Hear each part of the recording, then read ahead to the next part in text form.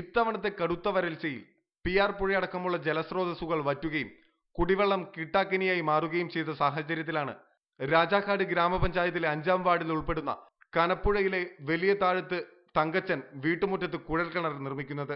280 അടി ആഴത്തിലെത്തിയപ്പോൾ വെള്ളം കണ്ടു തുടങ്ങി. പിന്നീട് ഇത് 680 വരെ താഴ്ത്തി.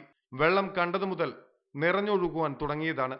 നിലവിൽ 2 മാസം പിന്നിടുമ്പോൾ ഒരു തുള്ളി വെള്ളത്തിന്റെ കുറവ് വരാതെ കുഴൽക്കിണർ കവിഞ്ഞൊഴുകുകയാണ്.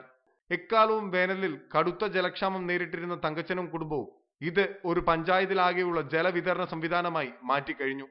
വർഷങ്ങളായിട്ട് ഞങ്ങൾക്ക് ഇവിടെ കുടിവെള്ളം കുറവായിരുന്നു. വേനലാകുമ്പോഴത്തേക്കും വെള്ളം പറ്റുമായിരുന്നു. അങ്ങനെ ആ ഒരു സാഹചര്യത്തിലാണ് ഞങ്ങൾ ഈ കുഴൽക്കിണർ വെക്കുന്നത്. അപ്പം ഞങ്ങൾക്ക് ഇത് നിറഞ്ഞൊഴുകുന്നതിനെ ഒത്തിരി വീട്ടുകാർക്ക് കൊടുക്കാനും പറ്റുന്നുണ്ട്. അതുപോലെ തന്നെ രാജാക്കാട് പഞ്ചായത്തിൽ നിന്നാണെങ്കിൽ പോലും ഒത്തിരി വണ്ടികൾ വന്ന് വെള്ളം ഇവിടുന്ന് കയറ്റിക്കൊണ്ട് പോകുന്നുണ്ട്. ദിവസേന നിരവധിയായ വാഹനങ്ങളാണ് ഇവിടെ മറ്റു പ്രദേശങ്ങളിലേക്ക് വെള്ളം കൊണ്ടുപോകുന്നതിനായി എത്തുന്നത്. വാഹനങ്ങളിൽ വെള്ളം നിറയ്ക്കുന്നതിന് വേണ്ടി കിണറ്റിൽ നിന്നും ഹോസ് സ്ഥാപിച്ച് റോഡിലേക്ക് എത്തിച്ചിട്ടുണ്ട്. വരുന്ന വണ്ടിക്കാർക്ക് തങ്കച്ചന്റെ അനുവാദം പോലും ചോദിക്കേണ്ടതില്ല. ആവശ്യത്തിന് വെള്ളം നിറച്ച് തിരികെ പോകാം. രാജാക്കാട് പഞ്ചായത്തിൽ ഭയങ്കര കുടിവെള്ളക്ഷാമമാണ്. ഇവിടെ തോട്ടിൽ പോലും വെള്ളമില്ല.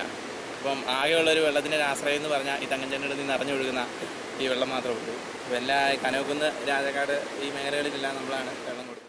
ദിവസേന ആയിരക്കണക്കിന് ലിറ്റർ വെള്ളമാണ് ഇവിടെ നിന്നും കുടിവെള്ളത്തിനായി വിവിധ പഞ്ചായത്തുകളിലേക്കടക്കം കൊണ്ടുപോകുന്നത്. ഇവിടെ നിന്നും ആവശ്യത്തിന് വെള്ളം ലഭിക്കുകയും പഞ്ചായത്ത് ഇത് സൗജന്യമായി വിതരണം ചെയ്യാനും ആരംഭിച്ചതോടെ കുടിവെള്ളം വിൽപ്പന ചരക്കാക്കി വന്ന് ലാഭക്കൊയ്ത്ത് നടത്തിയവരുടെ ചൂഷണവും നിലച്ചുവെന്ന് തന്നെ പറയാം. റിപ്പോർട്ടർ, ഇടുക്കി.